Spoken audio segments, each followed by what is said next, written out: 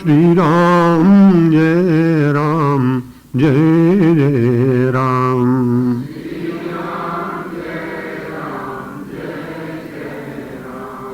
जय शिव शंकर जय शिव शंकर जय शिव शंकर। प्राय सभी लोग अपने प्रवचन से पूर्व मंगलाचरण में भगवान के किसी न किसी पवित्र नाम का उच्चारण कराते हैं। गोस्वामी तुलसीदास जी महाराज मानते हैं कि परमार्थ की जिसको सिद्धि करनी हो उसे परमात्मा के नाम का आश्रय लेना चाहिए। राम नाम अवलंब बिनु परमार्थ की आस, तुलसी बारिद बूंद गही चाहत चढ़न आकाश। मेघ में से बरसती हुई बूंदों को पकड़कर कोई आकाश में आसन लगाना चाहिए, संभव कभी नहीं। जैसे मेघ की बूंदें पकड़कर कोई आकाश में अपना आसन नहीं लगा सकता, वैसे ही परमात्मा का नाम का आश्रय लिए बिना परमार्थ की सिद्धि कोई करना चाहे तो उतना ही कठिन और असंभव होगा। क्योंकि नाम के भीतर जो अद्भुत शक्ति है, जिसका परीक्षण प्राचीन ऋषियों से लेकर और महात्मा गांधी जी तक और विनोबा भावे तक लोगों ने किया है, उनके प्रमाण और उनके अनुभव हम सब लोगों के लिए पर्याप्त हैं कि उसमें से हम प्रेरणा ले सकें। और इसीलिए हमने और आपने मिलकर भगवान का पवित्र नाम लिया। साधनान्यत्र चत्वारि कथितानि मनीषिभिः येषु सत्सेव सन्निष्ठा यद भावे न सिद्ध्यति। जिज्ञासु के लिए जो नाना प्रकार के साधन कहे गए हैं, उनमें सबसे पहले निष्ठा बहुत आवश्यक है। और यदि निष्ठा न हो तो यद अभावे, उस निष्ठा के अभाव में न सिद्ध्यति, आत्मदर्शन नहीं होता है। कई बार आपसे निवेदन किया जा चुका है कि हमारे परमार्थ के ग्रंथों की सिद्धियां भिन्न हैं और तंत्र शास्त्र की सिद्धियां भिन्न हैं। अन्य प्रकार के योगियों की सिद्धियां भी भिन्न हैं। जिन सिद्धियों का वर्णन किया गया है वे किसी काल में सत्य रही होंगी, इसलिए उनको नकार नहीं सकते। जिनमें अणिमा, गरिमा, लघिमा, प्राप्ति, ईशत्व, वशित्व, इन सब का नाम आता है।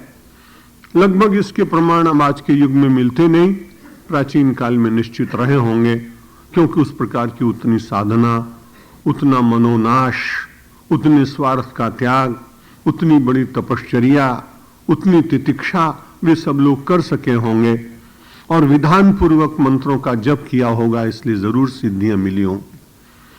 उसमें विधान का बहुत महत्व है। लेकिन परमार्थ और आत्म तत्व में एक बार विधान का पालन न भी हो तो उसमें कुछ हानि नहीं होती। उसमें यदि विधान में कहीं भूल हो जाए तो हानि हो जाती है। इसलिए उस सिद्धि को प्राप्त करने के लिए पूरे विधान की जानकारी जिसको हो उसी से ही मार्गदर्शन लेके करना चाहिए, नहीं तो कई बार उसका परिणाम उल्टा भी होता है। वहां तो शब्द भी कई बार व्यक्ति को हानि पहुंचा देता है। एक व्यक्ति की दुर्गा सप्तशती में प्रिंटिंग मिस्टेक हो गई और उसे संस्कृत भाषा का इतना ज्ञान नहीं बेचारे को, और वो निरंतर पाठ करता रहा और पाठ करते करते रक्षतु शब्द होना चाहिए, पर वहां भार्याम भक्षतु भैरवी, वो रोज यही पाठ करता रहा। अब भैरवी ने सोचा हुआ कि पत्नी बहुत तंग करती होगी, इसलिए इसको कल्याण करना चाहता है, और रोज पढ़ता रहा भार्याम भक्षतु भैरवी, भार्याम भक्षतु भैरवी। और कई महीनों के बाद बिना अस्वस्थ हुए अचानक उसे पत्नी का वियोग हुआ।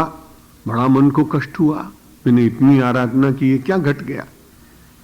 तब कोई सज्जन मिल गए जिन्हें अच्छी तरह से दुर्गा सप्तशती की महिमा ज्ञात थी, शब्दों के उच्चारण ज्ञात थे।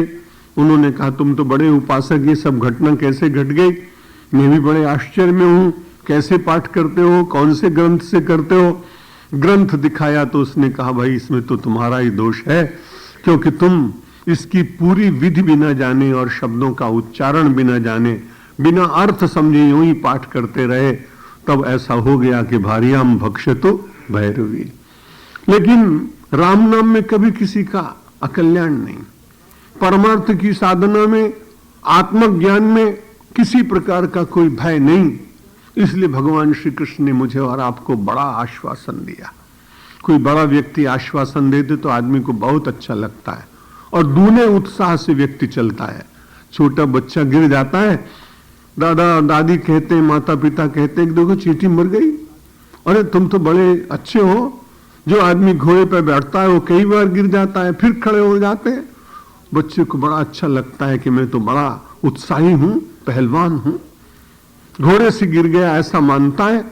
भगवान श्री कृष्ण हम जैसे बाल मन वालों के लिए बहुत बड़ा आश्वासन देते और कहते हैं इस अध्यात्म के मार्ग पर चलकर कभी निराश मत होना। नहीं कल्याण कृत कश्चित दुर्गतिम तात गच्छति।